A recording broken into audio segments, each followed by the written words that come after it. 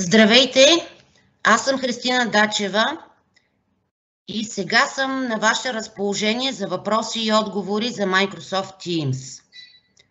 Вдясно на вашите екрани виждате прозорец, в който може да задавате вашите въпроси и ще получите отговор. Ще ви дам малко време, в което да напишете въпросите си, а междувременно аз ще отговоря на най-често задаваните въпроси, които още от началото на март, когато започна пандемията и част от училищата започнаха да използват платформата Microsoft Teams и задаваха, както и сега все още се задават тези въпроси. Факт е, че когато човек започне да работи, да използва нещо ново и непознато, на него му е необходима помощ и подкрепа, за да се справи с това предизвикателство. Разбира се, изникват и много въпроси.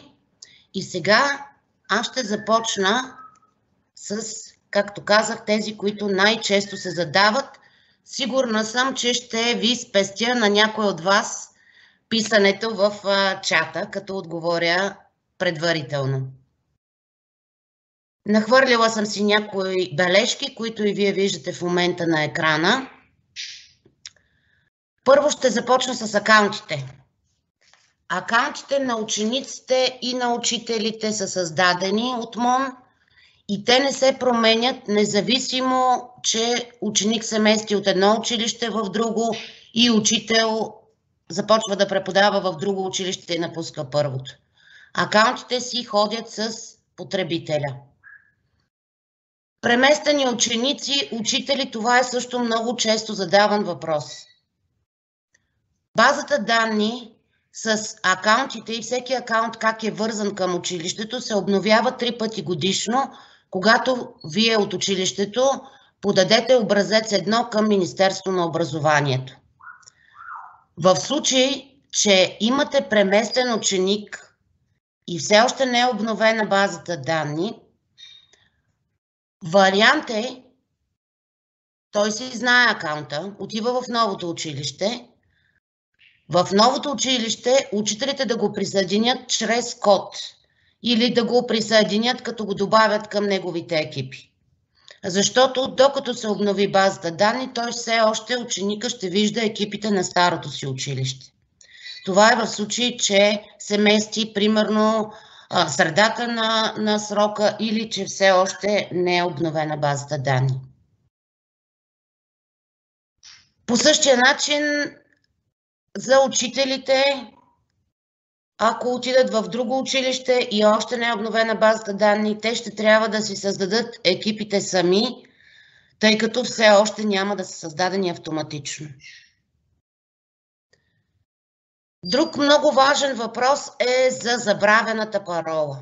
Непрекъснато има въпроси от ученици и от учители. Не мога да вляза, забравих си паролата, смених я, обаче я забравих, не мога да вляза. При първоначалното раздаване на акаунтите, вие получавате една временна парола.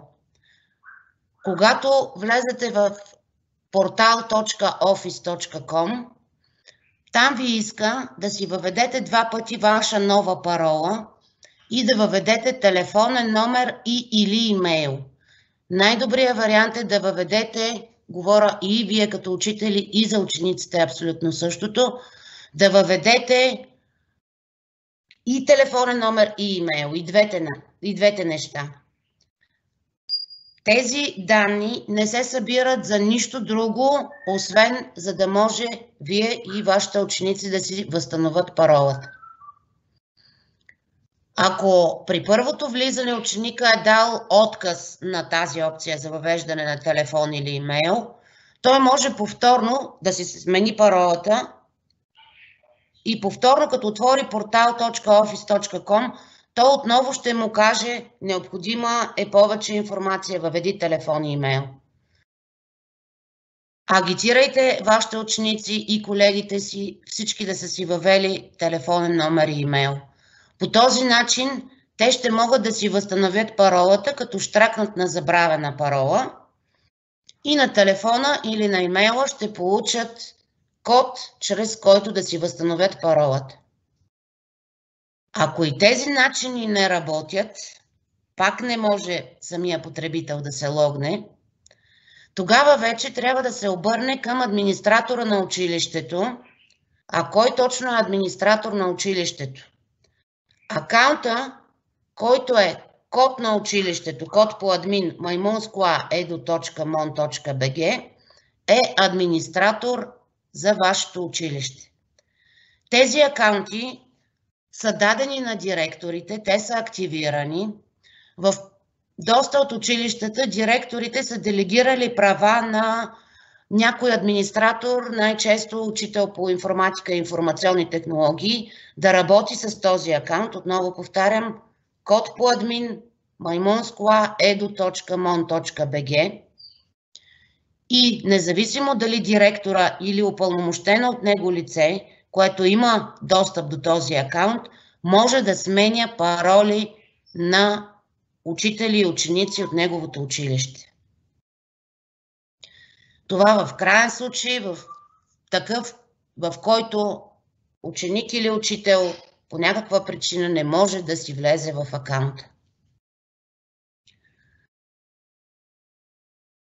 Администратора на акаунти, код на училището edu.mon.bg, вижда един админ панел, в който вижда всички потребители от неговото училище.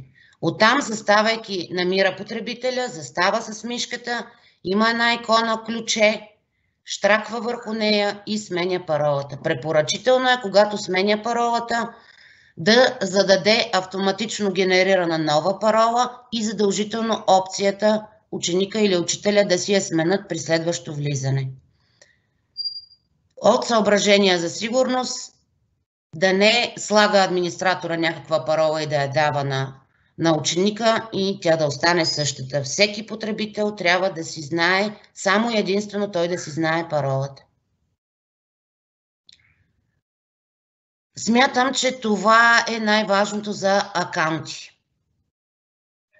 Следващите много често задавани въпроси са екипи и членове. Когато се апдейтне базата данни, освен членовете, създават се нови членове и те се присъединяват към екипи. Създават се и екипите. Тоест, автоматично вие получавате като учители и екипи и вътре сложени учениците, които изучават този предмет. Екипите са клас и предмет и вътре са учениците, които го изучават. При професионалните гимназии не се създават екипи поради причината, че в образеца общообразователните предмети се въвеждат чрез един код.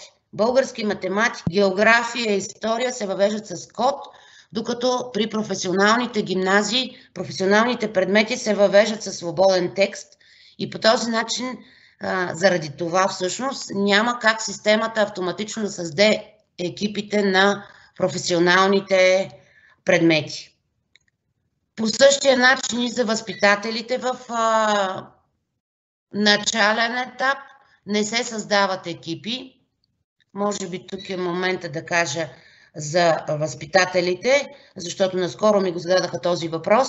Добра практика е учителя, който е титуляра в първи А клас, да добави и възпитателя като собственик на неговия екип и по този начин възпитателя ще вижда какво се случва в екипа на учителя титуляр и там ще качва материали и ще комуникира с учениците.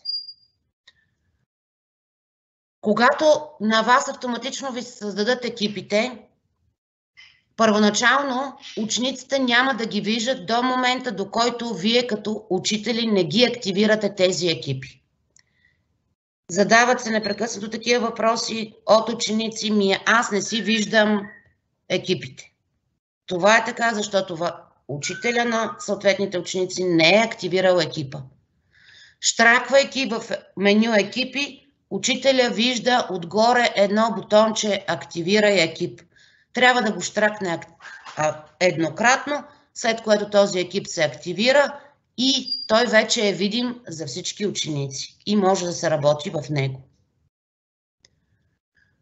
Когато по някаква причина се налага вие да създадете екип, а не автоматично създадените, вие трябва да си добавите членовете в този екип, като вариантите са два.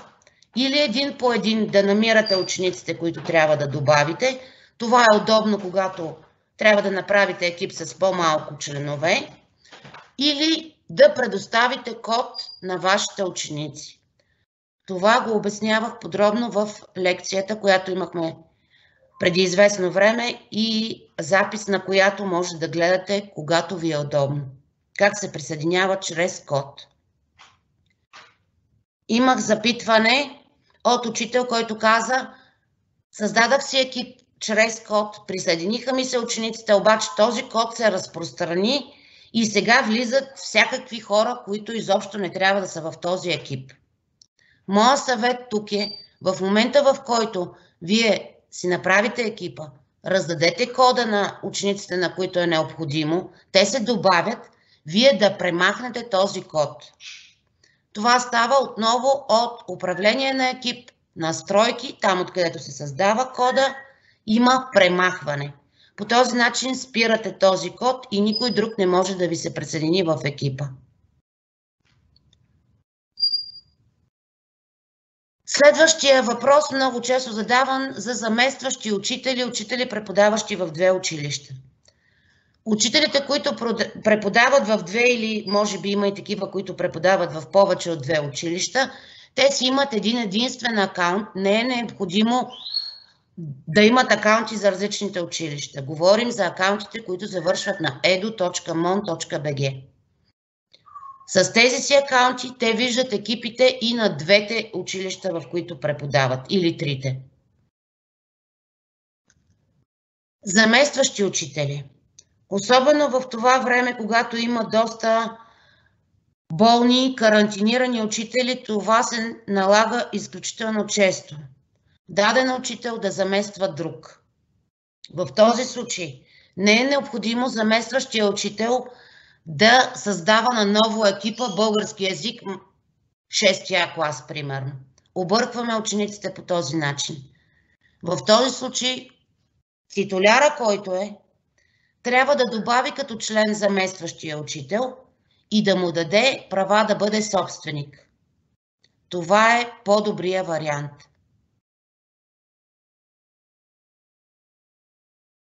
Име на екипа, това много набързо. Имената на екипите тази година бяха създадени, като започват с предмета, класа и след това кода на училището.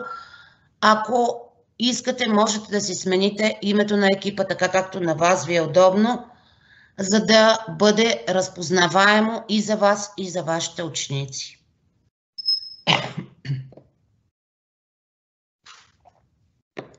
Минавам нататък преподаване и учене в Teams. Като тук искам да наблегна на няколко важни неща. Организирайте си онлайн уроците в календара. Отделете малко време и си планирайте уроците в календара по дни и часове. Направете го еднократно, а не всеки път да създавате ново събитие, когато утре имате час по еди си кой предмет, еди си кой клас. По този начин планирани уроците в календара, направете ги повтарящо се събитие, тъй като вие в първи срок имате всеки понеделник, първи час математика с 6-я, примерно. Повтарящо се събитие всеки понеделник в този екип, този урок. Повтарящо се събитие. По този начин учениците, като отворят своя календар, ще си виждат програмата и ги научете те да влизат, да се присъединяват към онлайн уроците през календара. Не да започвате на момента с онлайн събрание в екипа, а през календара. Еднократно въвеждате цялата програма, вашата си програма и при учениците се визуализира. Казаха ми родители, че много често учителите не правят събранията в екип, а в групов чат, което също много обърква учениците. Къде да влязат, в кой чат, това не е добра практика. В групов чат можете да си направите събрание с няколко човека, ако е необходимо да се чуете с тях, да им дадете някакви материали и те на вас, но не и да провеждате онлайн урок. В групов чат няма как да ограничите правата на вашите потребители, тъй като идеята на чата е точно за съвместна работа, комуникация, говорене, споделяне. А когато провеждате онлайн урок, изключително важно е вие да ограничите правата на учениците си по време на събранието. Включително и на мен, когато водя онлайн лекции през Teams на учители, ми се случи вече 2 пъти да ми спрат записа учителите, да ми изключват на мене микрофона, което е изключително неприятно. Затова непрекъснато повтарям, когато провеждате онлайн събрание, ограничавайте правата на учениците. Това ще доведе до: първо, те няма да могат да гонят вас и съучениците си от събранието, защото много често това го казват и те го правят, ако не им ограничите правата. Гонят се един друг, гонят вас от събранието. Ако сте им ограничили правата, учениците няма да могат да си заглушават микрофоните, както помежду си, така и вашия микрофон. Ако им ограничите правата, те няма да могат да пускат и спират запис по време на онлайн урок. Ако им ограничите правата, те няма да могат да спират вашето презентиране и да почват те да презентират. Отново повтарям, моя голяма горещ съвет и препоръка е: ограничете правата на учениците, когато провеждате онлайн урок. Как става това нещо? Единият начин е, който според мен е по-добрия, предварително през календара да им ограничите правата. Тоест, вие си създавате, планирате си събитията, след като го планирате събитието и го запазите, така че то отиде и във вашия календар и в календарите на учениците ви, отваряте го отново събитието и там вдясно до часовата зона има едно опции на събранието. След като го щракнете това опции на събранието, в браузър се отваря един ето такъв прозорец, в който вие може да настроите, че само вие да презентирате. Ето това е важното. Кой може да представя, тук от падащото меню да изберете само аз. По този начин ограничавате правата на учениците. Не могат да заглушават микрофони, не могат да презентират, не могат да гонят. Давате бутонче записване, еднократно се прави това за всяко едно събрание и правата им са ограничени. Друг начин да им ограничите правата, ако не сте го направили предварително през календара, е при стартирано събрание през Teams. Показвам го на скриншот как става.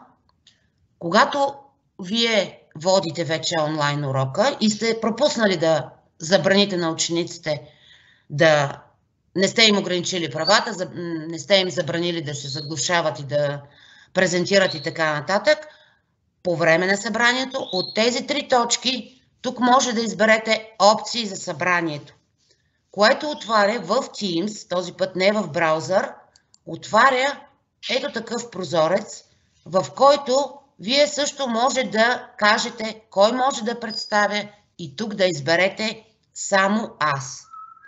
Това е ново нещо, което е въведено в Teams и е изключително удобно през самия Teams да ограничите правата и във всеки един момент, когато се наложи ученик да презентира, той да си сподели екрана, вие отново тук от 3 точки може да изберете кой може да представя и да изберете определения ученик или да кажете всички. И те вече ще имат права.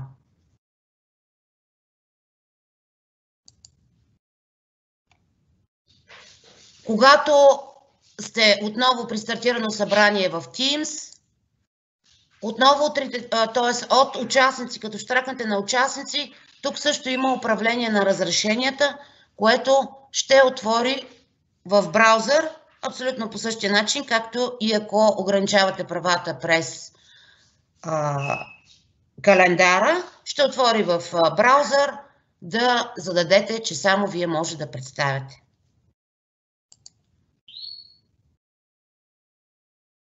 Отново казвам, гореща препоръка, ограничавайте им правата, за да може да си провеждате уроците спокойно и след това вече да им разрешите и те да презентират. Имате също и възможност да забраните на учениците си изобщо да включват микрофоните си по време на час. Как става това нещо?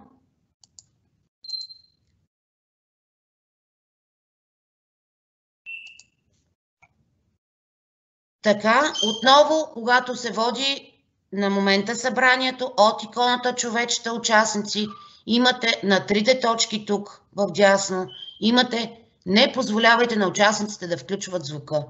По този начин изобщо ще им забраните да си включват микрофоните, докато вие си водите часа. Това нещо в присъственото обучение в училище няма как да им запушите устата, а тук има. След като е необходимо да им пуснете възможността да си включват микрофоните отново от тази икона, трите точки, тук вече ще бъде разрешете на участниците да си включат звука и те ще могат да говорят. Присъствен списък от онлайн събрание. Също въпрос, който много често се задава.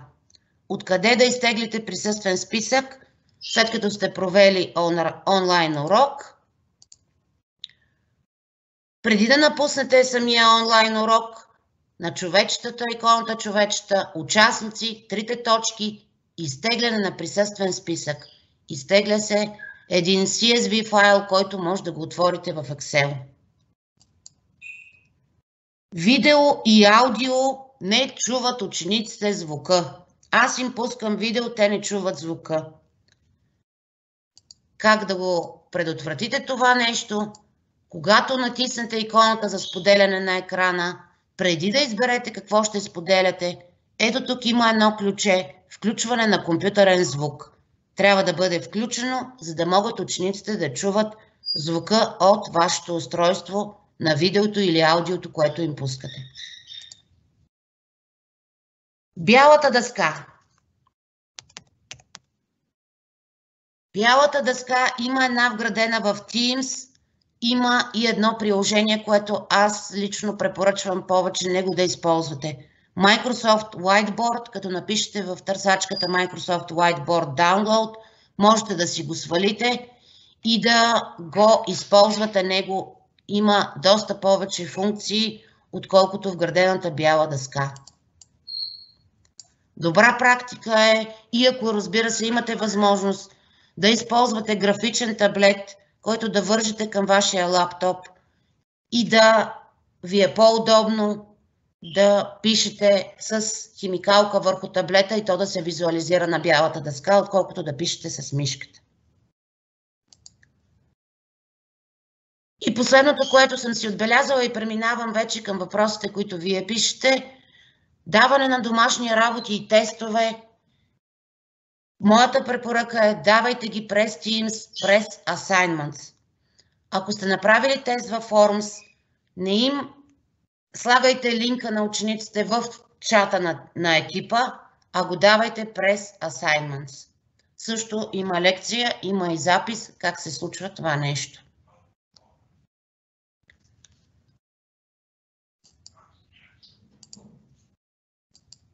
Така, аз вече преминавам към въпросите, които вие сте задали в прозореца, който имате в дясно.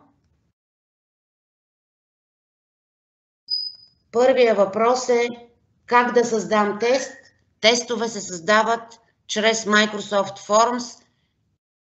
Тази седмица беше лекцията за Forms. Ще има запис. Ще покажа къде.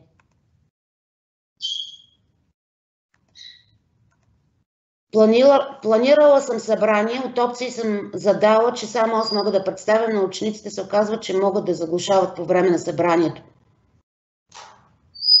Значи това няма как да се е случило. Щом сте дали за това събрание, за конкретното събрание сте дали, че само вие може да презентирате, те не могат да заглушават съучениците си, както не могат да заглушават и вас.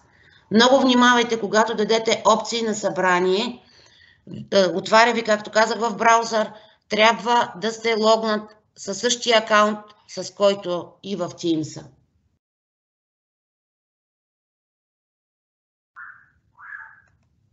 За електронните учебници иска код, какво да въведем там.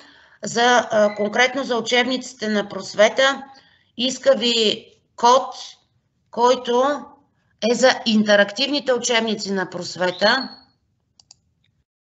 Мога да го покажа.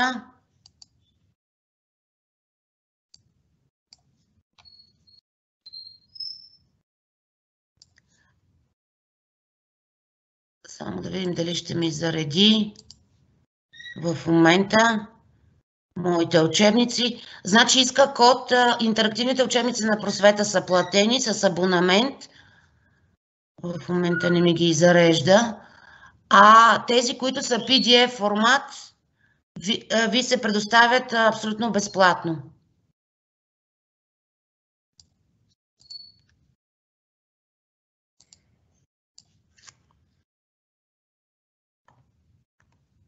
Така.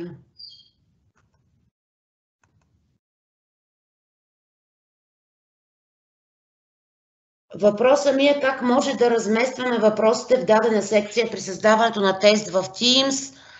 Значи, когато създадете тест, в който имате секции, не може да се разбъркват въпросите.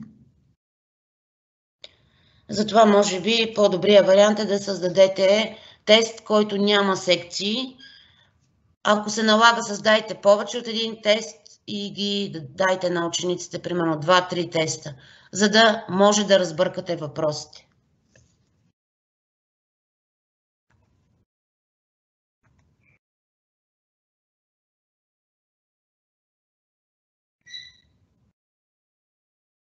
Така.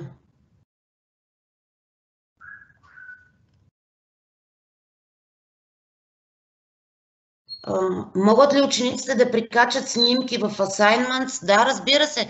Те точно това трябва да направят.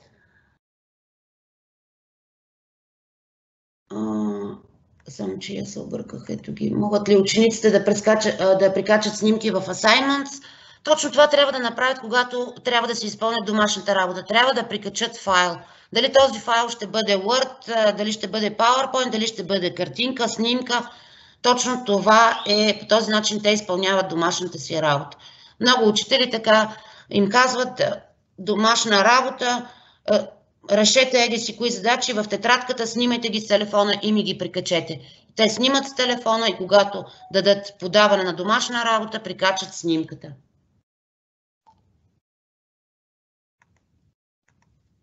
Може ли паралелно с гледането на учебния материал в съответен прозорец на дъската и да се пише не в чат, а в прозорец видим за учениците да се пише с акценти, болт и различни цветове?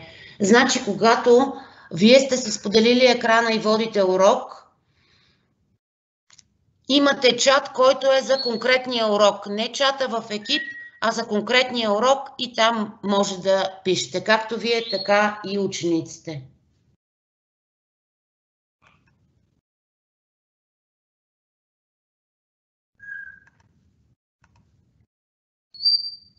Така, работя с образователен софтуер и при споделяне на екрана минимизирания прозорец със събранието изчезва от екрана.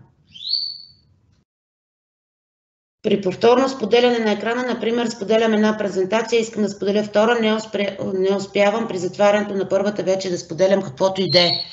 Тук моята препоръка е, ако ще споделяте повече от едно неща с учениците, споделете си работния плод.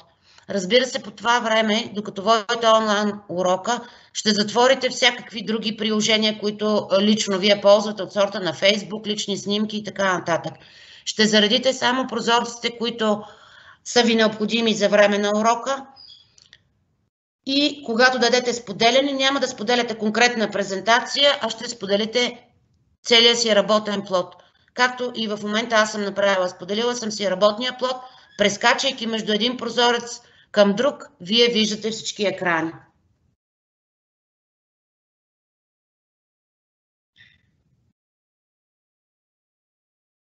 Така. Много от учителите не разполагат с настолен компютър или лаптоп и са принудени да използват личните си мобилни устройства, за да провеждат онлайн уроците си в Teams. Тук обаче въпросът не е допълнен при опит за записване на урок. По принцип, препоръчително е, когато вие като учители водите урок, да използвате не телефона, а лаптоп или компютър. Много по-лесно е. Най-малкото виждате всичко на голям екран. Щракате си спокойно с мишка. Много по-лесно е вие като учители да използвате по-голямо устройство, а не телефон. По принцип, мобилното приложение има всички опции, които са достъпни и през лаптоп, и през компютър, но е доста по-неудобно.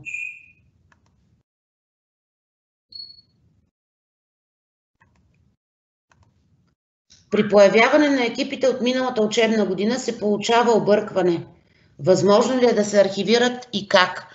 Да, екипите от миналата година би трябвало да са архивирани при вас. В смисъл, какво означава архивирани? Вие ги виждате, вие като учител ги виждате, но учениците не ги виждат. Това го направихме с цел, че много от учителите казаха, аз искам да си запазя екипите от миналата година, защото там съм си качила много материали, там виждам материали, които учениците са ми качили и искам да си имам архив и спомен от това нещо. Ако сметнете, че някой от миналогодишните екипи не ви е необходим, свободно може да го изтриете. Отново казвам, при учениците миналогодишните екипи не се визуализират.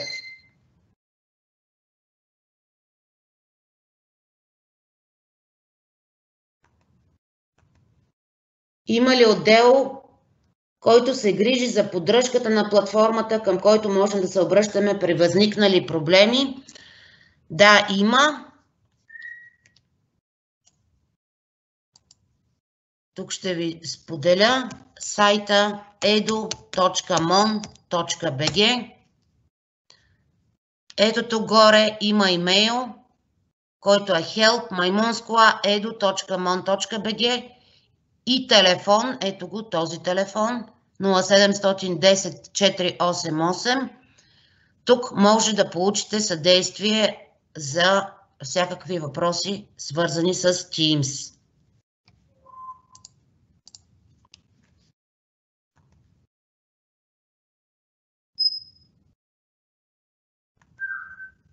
Ето един въпрос, на който вече отговорих. При преподаване включвам видеоурок, отуча се, но учениците не чуват звука. Това е така, защото вие не сте сложили отметка на включване на компютърен звук. Показал го вече как трябва да си го включите. Преди споделяне слагате, включвате ключенцето, включване на компютърен звук и те ще го чуват.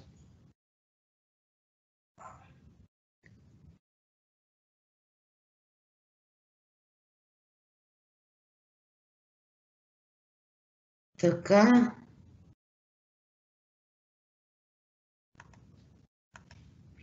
От РУО изискват код за достъп за осъществяване на контрол. Как точно да стане това? Трябва да генерирате код за екипа и да го предоставите на човека от РУО. Как става това нещо? Показвам го. Ето един екип, тестови екип, който имам. Тук от трите точки: управление на екип, настройки, код на екипа. Автоматично се генерира един код, който вие предоставяте на човека от РУО и той се присъединява, става член на вашия екип.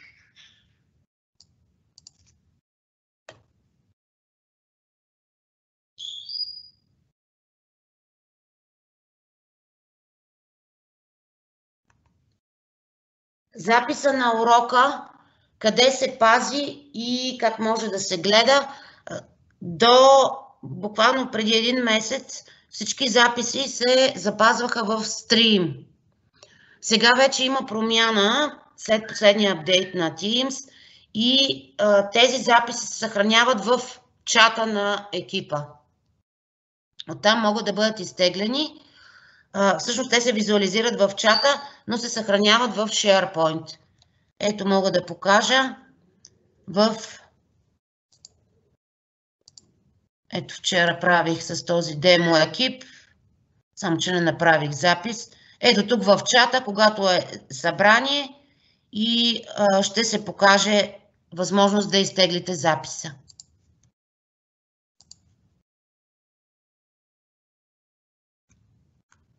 Исках да видя дали тук има.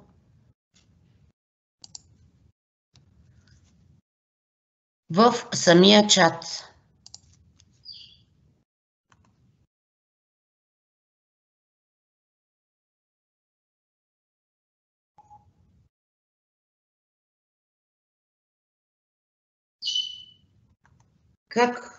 Как може да се ограничи влизане в събитие, освен чрез чакалня? Сега, когато вие създавате събрание в даден екип, може да кажете кои са задължителни участници, на тях ще им се появи съобщение, че задължително трябва да влязат. Но когато го създавате събранието в екип, то е достъпно за всички членове на екипа.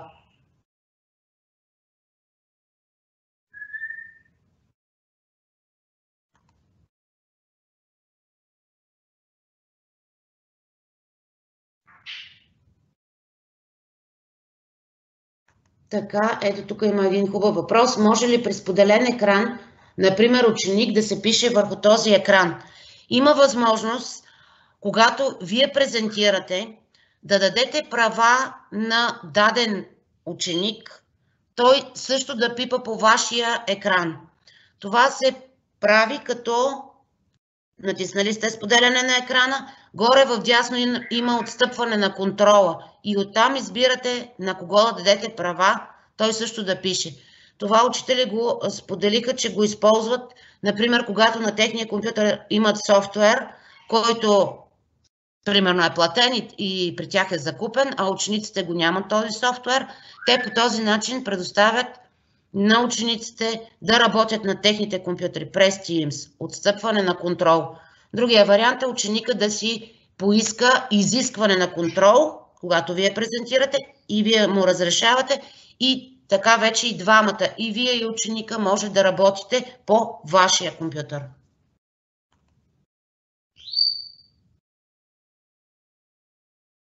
Така, тук отново въпрос за телефоните и имейла на поддръжката. Показах ги вече.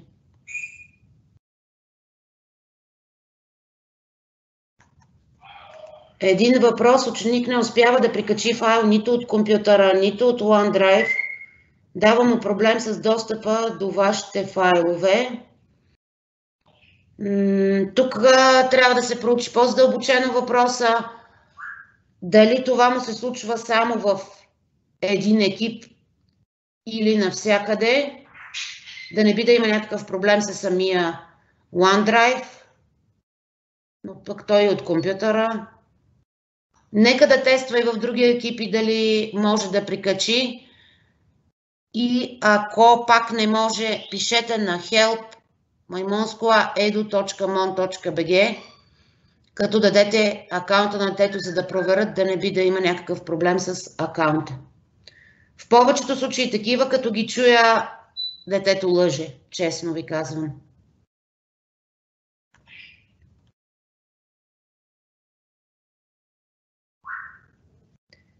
Така, след като забраним да си включват микрофоните, в последствие как се изключва тази опция? Ето ми е картинката. По време на събранието от 3 точки опции за събранието може да разрешите вече да имат права. Примерно, през календара предварително сте ограничили правата, водите си урока спокойно, никой не ви заглушава микрофона, никой не ви спира презентирането и накрая им казвате: дайте сега, Иванчо, ти си сподели екрана да видим какво си направил. 3 точки, опции за събранието и давате права те да могат да презентират.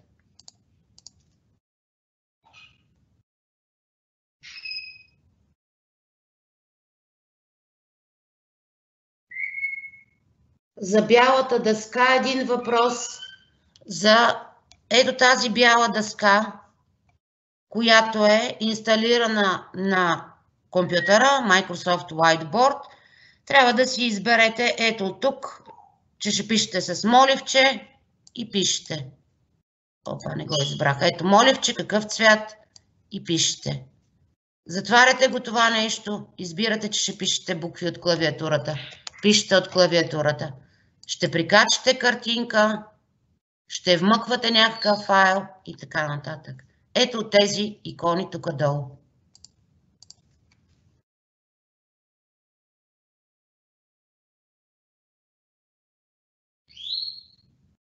Така, един малко по-дълъг въпрос. При включване на камерата в Teams, която е насочена към дъската в клас, за да могат учениците да виждат какво се пише, камерата дава огледален образ.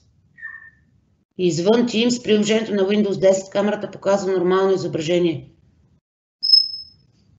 Това, честно казано, за първи път го чувам като казус.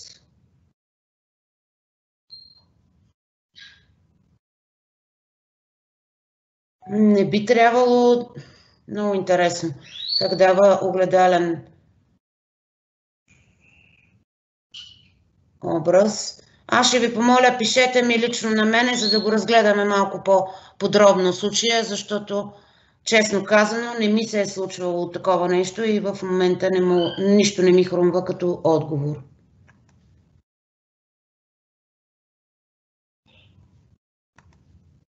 Работа през Web или през приложението Teams? Категорично през приложението Teams препоръчвам. Работи много по-стабилно и визуално даже е по-добро. Иконката на десктопа, която ви се е появила, логвате се еднократно и не се налага всеки път да отваряте браузър.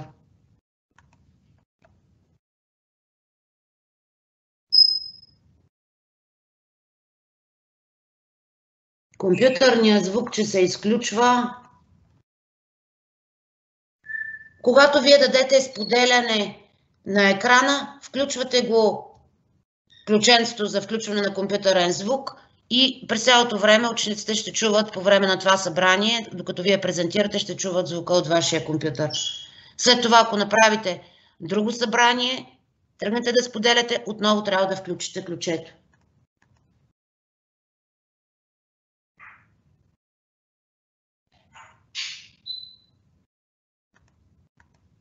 Така, екип, който е миналогодишен и просто съм го скрила в моите екипи, видим ли е за учениците от този екип? Не е видим, казах. Миналогодишните екипи не са видими за учениците, те са видими само за вас, учителите. Нямам бутон архивиране на екип, да, няма такъв бутон. Под архивиране това означава, че екипите не се виждат вече при учениците, седат само при вас. Вие си ги виждате. И може да ги изтриете, да си ги преименувате по някакъв начин, ако са ви необходими да ги пазите.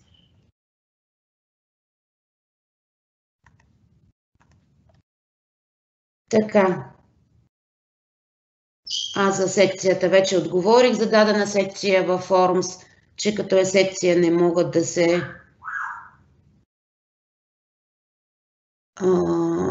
се разбъркват въпроси. Така. Присъствен списък, когато се работи през телефон, би трябвало да има опцията, отново когато се щракне на иконата участници, би трябвало също да има от 3 точки или нещо такова. Трябва да го тествам аз на телефон, но по принцип там му е мястото, където е иконата участници, на още опции за участници, изтегляне на присъствен списък. Потърсете го и на телефона къде е.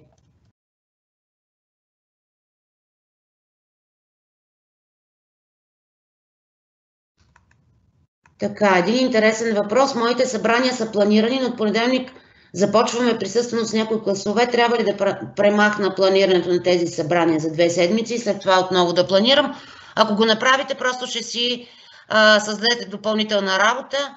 Според мен не е необходимо да ги премахвате събранията, просто им кажете на учениците, че няма да се логват в Teams, а ще си бъдат присъствено, за да не си създавате допълнителна работа и без това ви е прекалено много работата.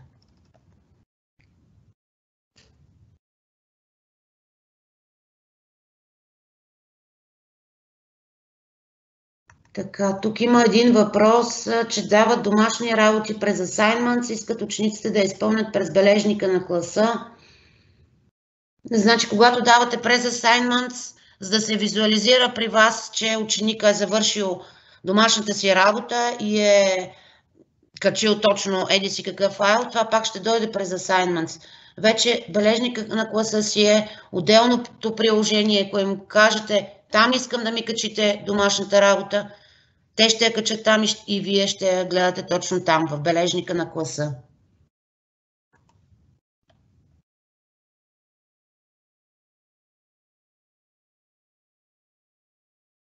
Много ученици влизат в събранието преди мен. Да, може да им кажете да чакат в фоайето, след което ще трябва да ги допуснете, за да влязат в събранието.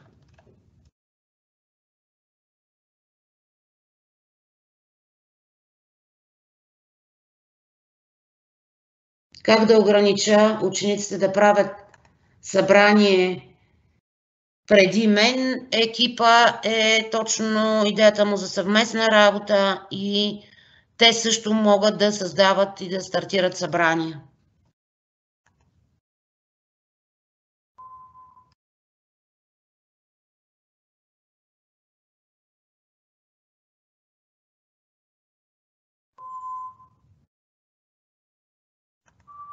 Един въпрос, защо когато започне събрание, не всички ученици получават, че е започнал. Необходимо е да се изпрати заявка за присъединяване. Отново казвам, моя съвет е планирайте събранията през календара и научете учениците си да влизат само там. Иначе наистина и самите те се объркват къде да влязат. Ако и някой друг е направил от друг ученик събрание през това време, наистина се объркват. Това е най-добрият вариант. Планирано в календара и им казвате, влез си в календара и виж какво имаш този ден и час. И щръкни там на присъединяване.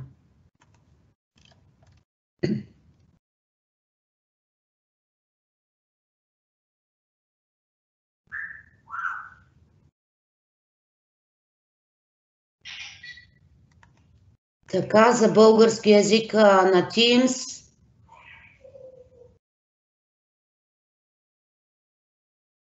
Би трябвало да го виждате на български език, като го направите на български език, всичко да ви е на български език. От иконата, която имате горе за вашия профил, там настройки, се прави целият Teams да е на български език. Единствено думичката Assignments не е променена.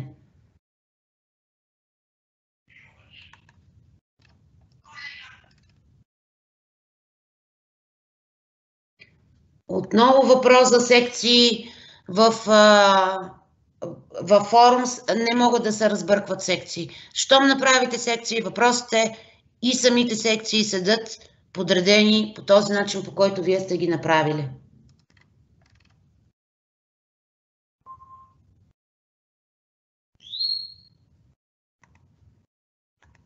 Как се качва клип от YouTube в Teams? Значи клипа си е в YouTube. Може да го дадете на учениците като линк. Да им го сложите в чата на екипа или ако вие презентирате, може да си споделите екрана, на който сте заредили YouTube и съответния клип и да им го пуснете, като задължително включите звука.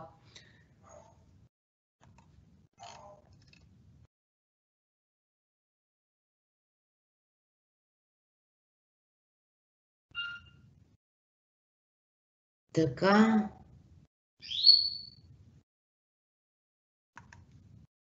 Ето въпрос, на кого мога да давам отстъпване на управлението, т.е. да работи на програма отворена на моя екран. Във всеки клас ми излиза различен брой ученици, но са всеки час едни и същи.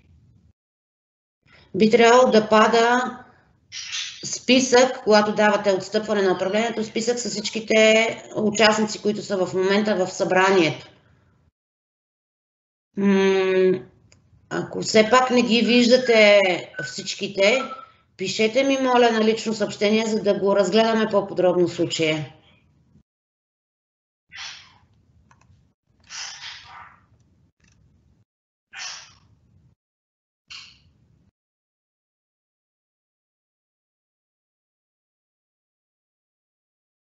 Така, един въпрос в раздела присъединяване или създаване на екип, освен две основни опции, създаване на екип и присъединяване на екип чрез код, виждам много други екипи, към които не съм се присъединила. Откъде се е получил този проблем и каква е целта?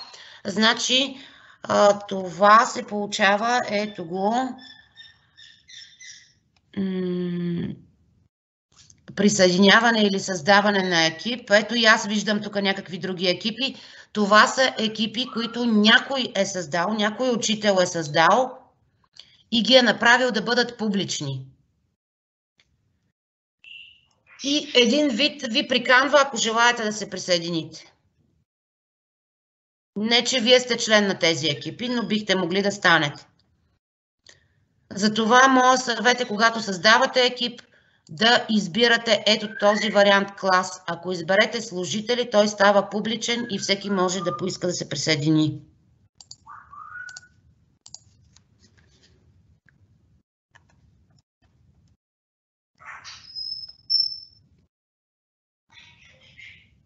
Как да получа код за колега, който не е работил като учител и постъпи миналата седмица?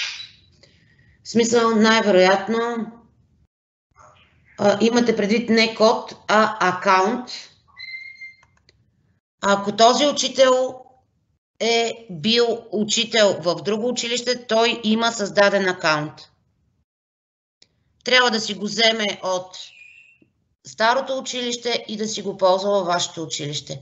В случай, че учителя е току-що постъпил в сферата на образованието, както между другото важи това и за ученици дошли от чужбина, на които, примерно, днес е дошъл от чужбина, утре трябва да тръгне на училище, няма създаден акаунт.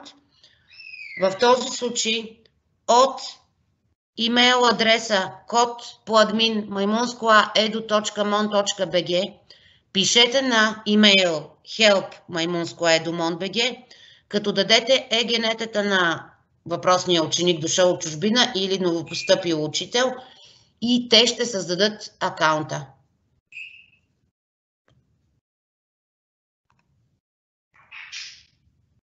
Така.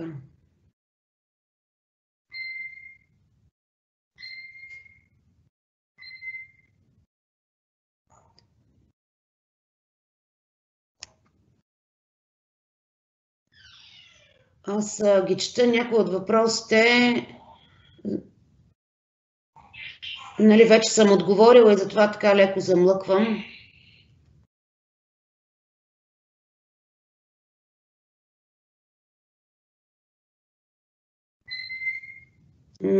Така, ето го тук един въпрос, който ще го разгледам. Започнали сме събрание, забранили сме да включват звука. Споделяме презентация, но задаваме въпрос как ще ни отговори ученик, без да минимизираме презентацията и да включваме участниците, за да вдигнат ръчичка. Ами, трябва да я минимизирате презентацията, за да може да им дадете първо възможност да си включат микрофоните и да видите кой е вдигнал ръчичка. В случая аз, за да мога да чета въпросите и да ги одобрявам, съм си пуснала две устройства в момента. От едното презентирам и говоря, от другото ние като бекграунд чета въпросите и ви отговарям. Тоест няма как две действия, и споделяне на презентация и гледане на какво се случва в екипа, да се случат едновременно.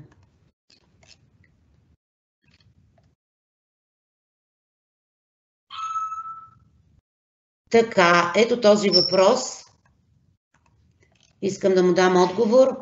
Ние можем ли да организираме такова излъчване като вашето сега, т.е. да може да излъчваме и на гости? Обикновено събрание в Teams, както си го знаете, вие си го планувате онлайн урок, може да го направите да бъде отворено и за гости, т.е. да не бъде в екип. Това е обикновен митинг. А в момента аз излъчвам живо събитие, тъй като при обикновения митинг има ограничение от 300 човека, че могат да влязат, а понякога се случва да са повече и тогава трябва да е лайв ивент. Сега, как да направите събрание, в което да поканите гости? Това съм го описала. Между другото, тук беше добре, може би с това да започна. Сайта, който правя, dechica.com/Teams. Тук има една секция въпроси и отговори, в които има голяма част от въпросите, които и днес разглеждаме и на които аз наблегнах. Но ето го и отговора, тук най-долу. Как да организирам събрание, в което да се присъединят потребители, които нямат акаунти в Edumon.bg? Трябва да планирате събрание, като му въведете заглавие, да дадете поне един участник, който има акаунт в Edumon.bg. Въвеждате си начален и краен час. Не избирате екип, в който ще се направи това събрание, след което натискате бутончето изпращане, за да се запази това събрание и то се изпраща до този един участник, който сте посочили. Отваряте отново събранието през календара и там вече се е генерирал линк, на който пише "Щръкнете тук, за да се присъедините". Давате десен бутон с мишката, копирате този линк, копиране на връзка, и го давате на хората. Така съм направила аз обикновени събрания за сутрешните лекции във вторник и следобедните в четвъртък, които водим в момента. Аз не знам кой ще се присъедини, те не се водят в екип. Създала съм ги, дала съм един участник, след което съм копирала този линк. Пробвайте го това нещо. А за да направите лайв ивент, какъвто е в момента, събитие на живо, което, както виждате, е различно от събрание, просто трябва, щраквайки в календара, ето от тук, не на ново събрание, от стрелкичката да изберете събитие на живо. Тогава ще създадете такъв лайв ивент, какъвто е в момента, при който могат да се включат до 10 000 човека. Вие излъчвате, само вие имате права да говорите, а участниците имат право да пишат въпроси.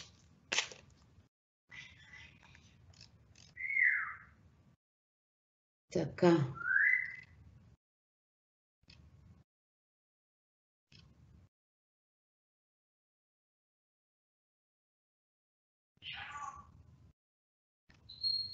Отново за учебниците, това е договорка между МОН и съответните издателства. Клет са предоставили напълно безплатно учебниците си. Просвета, казахме, интерактивните учебници са платени, а обикновените, които приличат на PDF, може да ги ползвате. Така.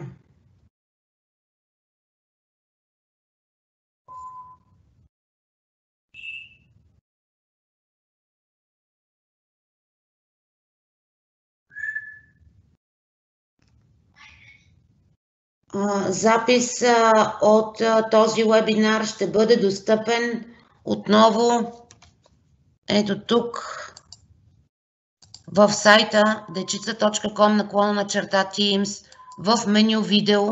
Тук може да гледате, това ще го махна, този банер. Тук може да гледате лекцията, която направих преди 2 седмици, 2-часова лекция преподаване и учене с Microsoft Teams. Тук ще бъде качена и днешната сесия с въпроси и отговори. Значи dechica.com Teams видео. В канала на Dechica са качени и още видеа. Може да се абонирате от този бутон, който е YouTube, да се абонирате за канала, за да ви излизат известия, когато качваме нови видеа.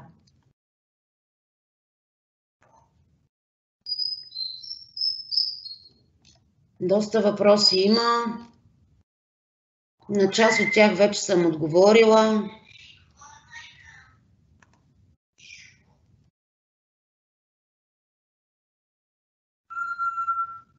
Така, запис на предишни лекции.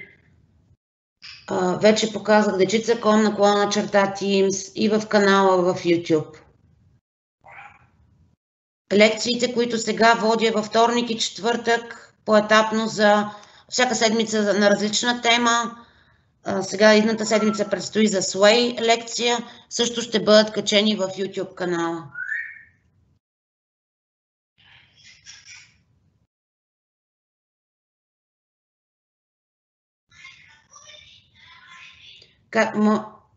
Как се дава достъп на екран, достъп до моя екран на ученик?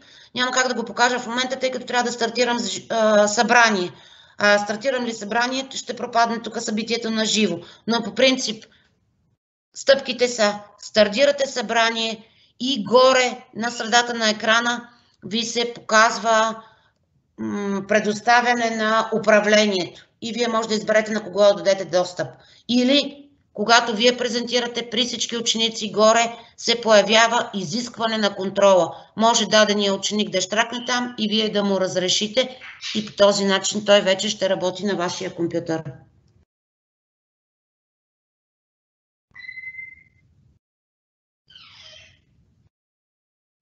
Така.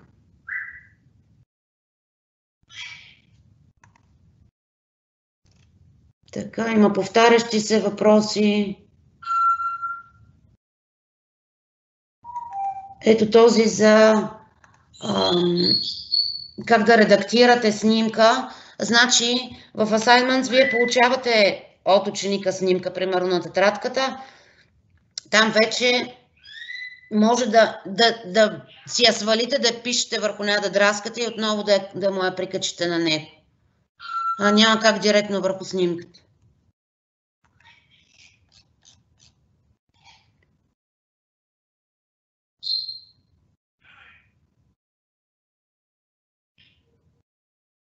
Така работя с електронен учебник на диск, но като споделя екран не виждам учениците. Това вече отговорих, че вие на вашия екран виждате това, което представяте и което и учениците виждат. За да видите и да им покажете нещо друго, просто трябва да преминете към екрана с Teams в случая, за да видите самите ученици.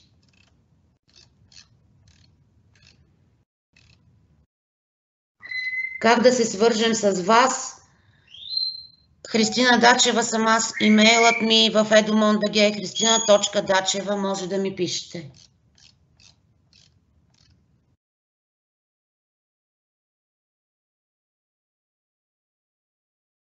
Така, постфактум екипа да се направи да не е публичен за тези екипи, които сте ги създали като не за клас, а за служители, те са станали публичен. Да, може.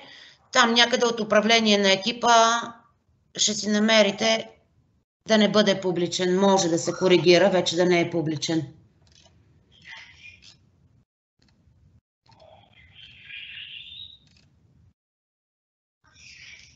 Така.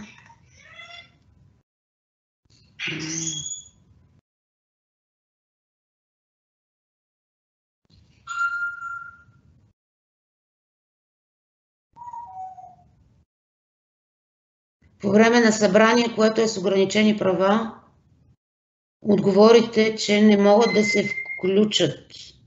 С колеги установихме, че след определено време отново се включват. Как може да се отстрани? Значи, еднократно ограничили ли сте ги, само вие да презентирате, няма как учениците да се включат. В смисъл да си изключват микрофоните, т.е. да им се възстановят правата някакси автоматично. Няма как. Също и тук е отговор на въпрос. Родител, който каза, ама възможно ли е системата да го изхвърля ученика от час? Самата система няма как да го изхвърли. Би могло, ако при ученика прекъсне връзката, интернета или някаква такава причина, тогава да го изхвърли от събрание. Но за да изчезне ученика от събрание, най-вероятно го изхвърля друг ученик, защото не са ограничени правата на учениците.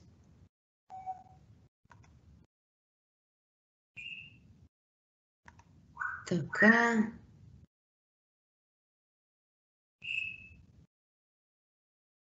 Как да вляза чрез друг компютър в Teams? Изписвам и задайте чрез друг имейл. На дадено устройство в един момент може да бъдете логнати с един единствен акаунт в Teams. Може би тук е момента да отговоря и ако вие сте учител и имате деца, които са ученици и също ползват Teams и работите на едно и също устройство, за да могат и вашите деца да се логнат в Teams, трябва вие да се разлогнете. Горе в дясно от човечето, което е за вашия профил, давате излизане от Teams, след което вашето дете се логва с неговия акаунт. А на друго устройство, ако седнете, ето аз в момента съм както казах, на 2 компютъра логната. Просто трябва да си напишете акаунта и паролата, вашите, за да се логнете от друго устройство.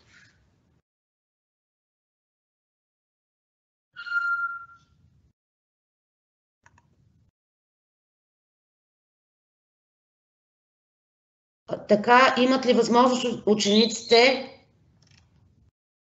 да изпълнят домашната си работа директно в задачата, а не да прикачат снимка? Да, могат директно, ако дадат създаване на файл, Word, примерно файл, и могат да пишат там по Word, по Word-овския файл, а не да прикачат снимка.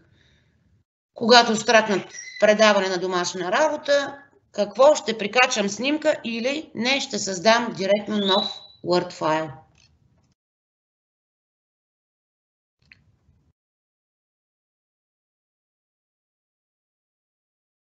Така, един въпрос има за администраторите, за администраторския акаунт. Може ли да вижда кой е учител, какви екипи има и учениците? Да, може.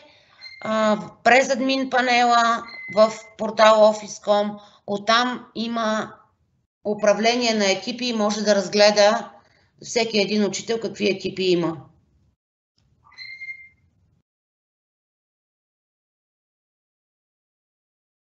Как да направя скрит екип публичен? Отново от управление на екипа може да му дадете да не е скрит.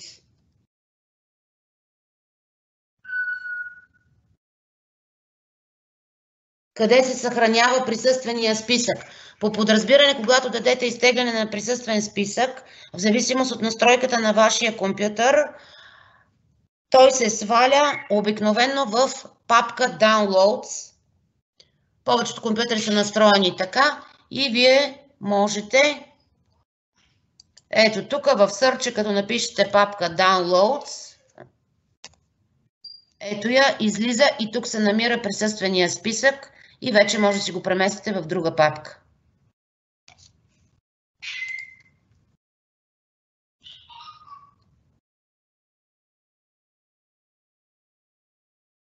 Така.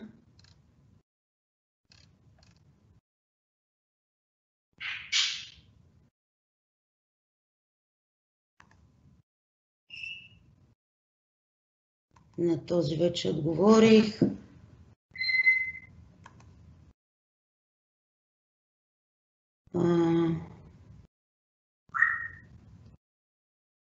Как да създам събрание и могат ли всички ученици да се включат заедно в него или трябва да ги разделя на групи? Ваше е решението дали ще ги разделяте на групи.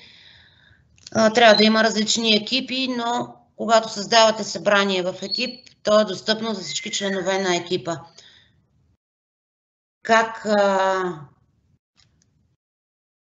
Как да създадете събрание, няма да го показвам в момента. Ето тук може да гледате записа, dechica.com/Teams, записа от тази дълга 2-часова лекция, в която подробно се обяснява и как се създава събрание.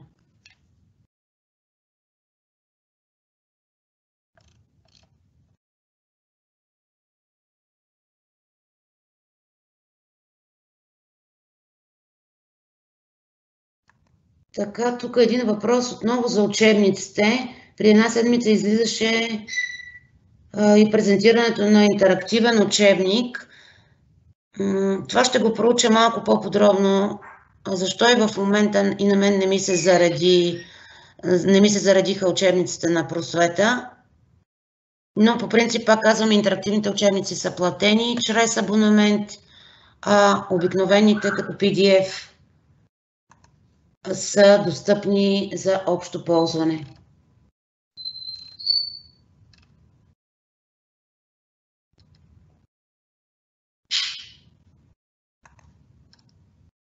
Така.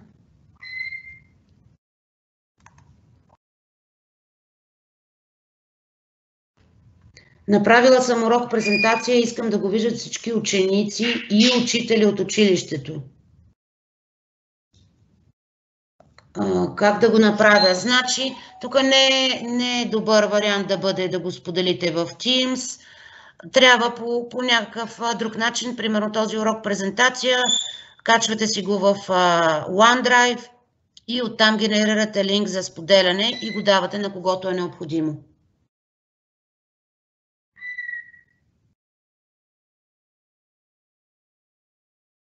За бялата дъска отново въпрос за линията. Изтеглете си инсталираната и си инсталирайте Microsoft Whiteboard приложението и го разцъкайте, пробвайте си го. То работи дори и без да сте логнати изобщо в Teams. Разгледайте го, не е толкова сложно, така че ще може да се ориентирате кое как се случва.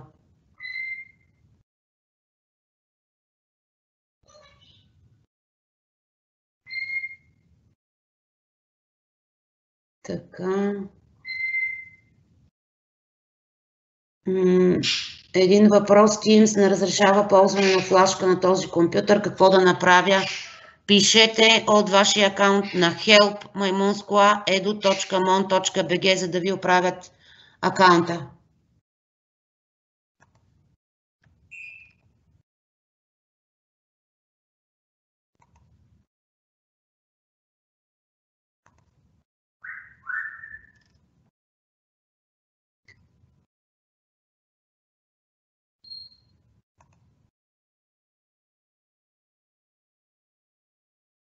Така. Доста въпроси има и доста благодаря за отговорите. Аз за това така замълчавам, тъй като ги чета.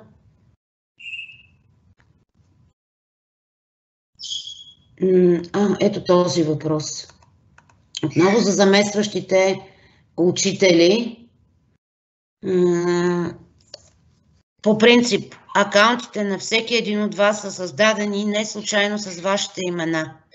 Те са лични само за вас. Не е добра практика вие да си, ако излезете болничен, не дай си Боже, да си дадете акаунта на някой друг колега и да си дадете паролата и той да работи през вашия акаунт. Не е добра практика. Направете го този заместващ учител, член на вашите екипи и му дайте права да бъде собственик. Не си предоставяйте акаунта и паролата на когото и да било. Това си е по принцип правило. Акаунта, той си е с вашето име, той си е само и лично за вас.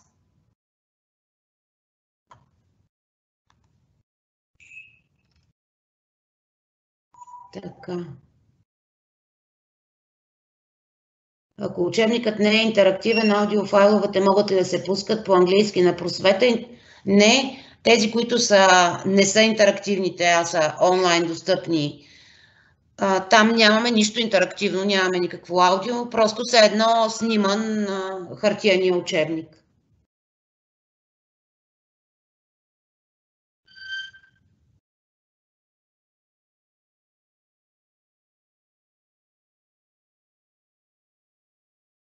Значи как в таблицата с оценки да влизат всички тестове, а не само електронните? Няма как. Тук в таблицата, в Assignments се визуализират точките, които вие сте дали през Assignments. Ако сте давали някакви други тестове и там са получени, по някакъв друг начин сте ги давали, няма как да се натрупат в Assignments.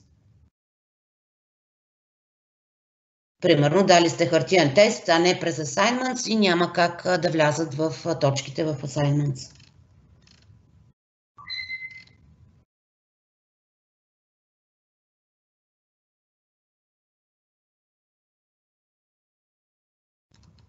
Така.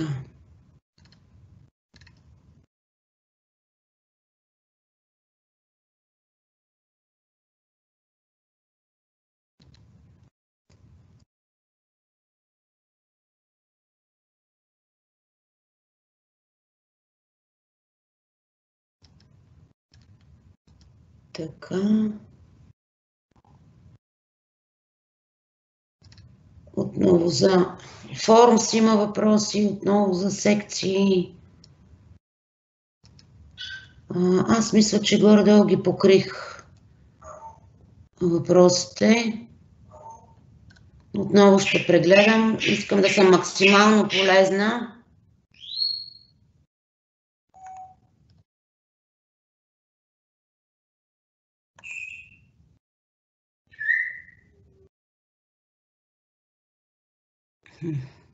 Тук още един въпрос за камерата с огледален образ. Ще го разгледам на какво може да се дължи.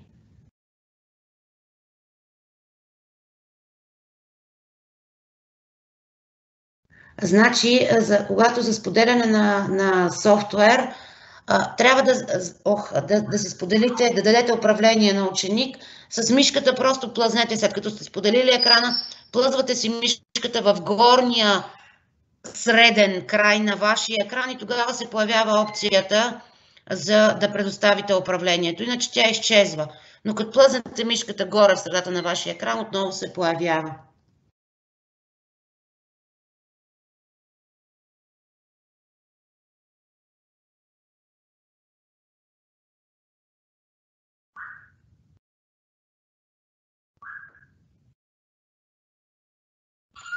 Така.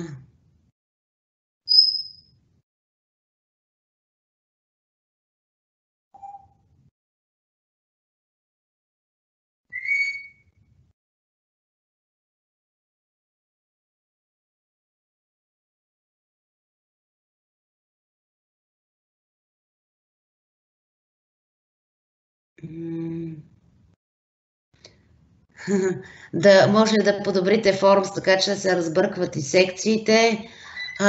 За съжаление, лично аз няма как да го подобря Forms. Това е разработка на световно ниво на инженерите от Microsoft. Гледам, че непрекъснато се обновява самия Forms. Вкарват се нови функции. Може би, ако и още потребители кажат, че е необходимо разбъркването на секции, би могло да помислят и върху това да го променят, да могат да се разбъркват и секции. Значи, ако по време на събранието съм забравил да изтегля присъствен списък, може ли по-късно от друго място да изтегля такъв? Натиснали сте край на събранието, приключило ли е събранието, не може да изтеглите повече присъствен списък. За съжаление, и на мен ми се случи така. И аз забравих веднъж да си изтегля присъствения списък, сега го нямам. Така че трябва да ви стане като правило, преди вие да напуснете събранието, да изтеглите присъствения списък и след това да го напуснете.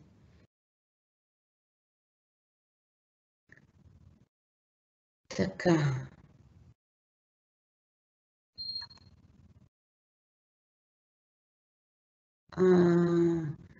Отново за имейла моя ме питате.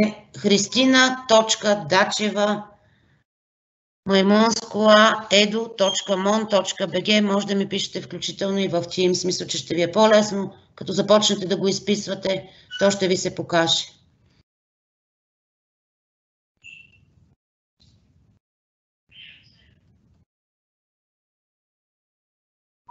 Така.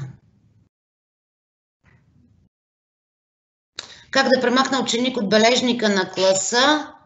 Радвам се, че има и колеги, които ползват бележника на класа. Ние не наблягаме чак толкова много на този бележник на класа. По простата причина да не объркваме и учители, и ученици. Наблягаме на платформата Teams, съветваме да давате домашните работи през Teams, но хубаво е, че вие вече сте надградили и ползвате бележника на класа. Вие като учител и създател на бележника на класа имате възможност да премахнете който и да било ученик, просто ще му изтриете неговия бележник.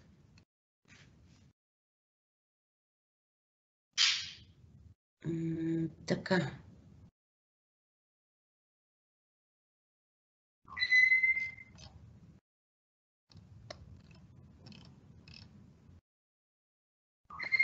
Да се използва приложението Kahoot в Teams. Така, Kahoot, за тези, които знаят, там се дава един код и всъщност учениците трябва да стартират сайта на Kahoot и да въведат кода, за да се присъединят към вашата игра на Kahoot. Няма как през Teams. За тези приложения, които са вкарани вътре в Teams, от сорта на електронните учебници, примерно, и разни други, е говорено с самите създатели, така че да се направи интеграция с Teams. С Kahoot Microsoft няма разговор, не е имал разговор с Kahoot, така че няма как да се вмъкне. Вие може да им показвате през самия Teams, да си споделите екрана и да им пуснете въпросите, но те трябва да се логнат в Kahoot, за да могат да отговарят. Тоест, Kahoot не е интегрирано все още с Teams, да отговарят през Teams. Така. Къде в Teams може да ви пишем на лично съобщение? Като отворите, ето показвам го, като отворите в Teams чат, ето тук на тази икона, къде стартирате нов чат, тук може да изпишете, ето ми го имейла, опа, обърках си го, Христина.Дачева, като изпишете.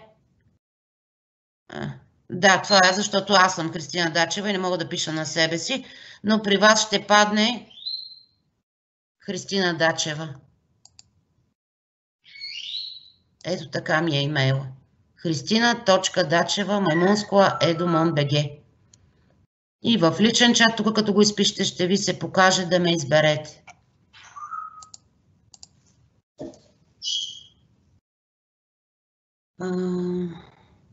Функцията заедно. Тя е една много, много хубава функция. Пробвайте я. Това е, когато сте стартирали събрание, ето тук, стартирали сте събрание от трите точки и изберете, по подразбиране е галерия. Това е учениците и вие, нали, може. Сте си включили камерите. Ако е избрано галерия, самите образи на учениците, техните това образа от камерите, им се показва в мрежа 3×3, т.е. може да виждате 9 човека. Ако изберете голяма галерия, екранчетата се смаляват така, че може да виждате повече от 9 човека. А режим заедно, пробвайте го с учениците, накарайте ги да си включат камерите и изберете от трите точки режим заедно. Тогава се появяват едни бели столчета и дечицата сядат, все едно главичките им само се изрязват и сядат на столчетата. По този начин може да гледате класа целия, седнали на столчета, все едно наистина са в класна стая, а не ги виждате в квадратчета. Седнали на столчета. Пробвайте го, интересно е. Когато е необходимо да си пуснат камерите. Така. Аз смятам, че покрих до голяма степен въпросите, които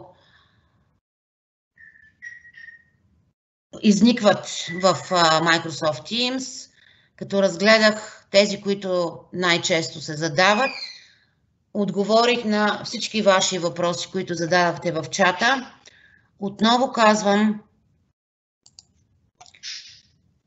сайта dechica.com/Teams, въпроси и отговори, можете да си четете въпроси и да им намирате отговора. В меню обучение на учители в момента може да намерите линкове за сутрешните лекции във вторник и за следобедните лекции в четвъртък, да се присъедините. Разглеждаме по-отделно всички услуги на Microsoft 365. Тук ще бъдат качени и записи от тези лекции. Във видео, това може би е най-посещаваната страничка, тук може да намерите кратки видеа за Teams, които правих още март месец. Някои от тях с стария дизайн на Teams, т.е. има малко промени, но идеята е същата. Това е запис от дългата лекция, двучасова лекция за Microsoft Teams. Можете да го гледате по всяко време. Червения бутон YouTube, за да се абонирате за нашия канал, в който има и още видеа, може да ги разгледате и да получавате известия, когато кача още видеа. Аз ви благодаря за вниманието. Радвам се, че лекцията имаше интерес. Искрено се надявам да съм била полезна. Не се колебайте да се свързвате с мен, каквото през Teams, през чата, Христина.Дачева. Ще се опитам да отговоря максимално бързо на всички, които зададете въпроси и да окажа съдействие за някакви по-заплетени казуси.